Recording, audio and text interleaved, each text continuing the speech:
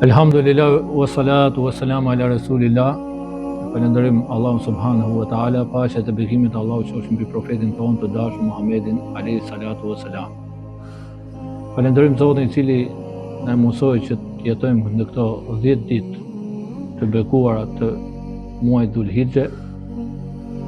Në këto ditë është dita e madhe, dita e Arafatit. Kjo është një dhuratë, një mirësi prej Allahut subhanahu wa taala, dhe çdo kush nga ne duhet mundohet ta vlerësojë. Si ta shfrytëzojmë, një pyetje, si ta shfrytëzojmë këtë ditë të madhe? Këtë ditë duhet shfrytëzuar duke adhuruar Allahun subhanahu wa taala, duke bërë punë të mira. Ajo që do të veçonim është që në këtë ditë duhet shtohet namazi, farzi dhe sunetet edhe nafilet.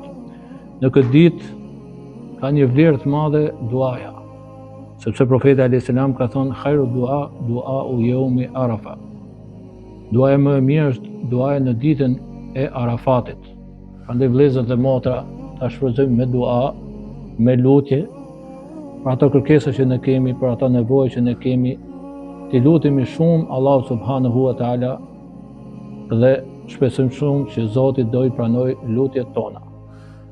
Diçka tjetër që është që duhet shfrytëzuar këtë ditë, duhet shfrytëzuar me përmendjen e Allahut, me dhikr. Dhikri ka shumë vlerë dhe profeti alayhis salam në vazhdim të hadithit thotë: "Wa khairu ma qultu wa ana wan nabiyuna min qabli la ilaha illa Allah wahdahu la sharika lahu lahul mulku wa lahul hamdu wa huwa ala kulli shay'in qadir." Dhe fjala më e mirë që kam thonë unë dhe profetët para meje është kjo pra la ilaha illallah wahdahu la sharika lahu lahul mulku wa lahul hamdu wa huwa ala kulli shay'in qadir. Prandaj vëllezër besimtar, ta shtojmë dhikrin, ta shtojmë leximin e Kuranit, ta shtojmë duat, përmendjen e të madhit Zot. Diçka tjetër të nderuar vëllezër dhe motra që e veçon këtë ditë është dhe agjërimi në këtë ditë të Arafatit. Pra agjërimi. Për këtë arsye profeti alayhis salam thotë: "Siyamu yawm Arafa, inni ahtasibu ala Allah an yukaffira as-sana qablahu was-sanata allati ba'dahu."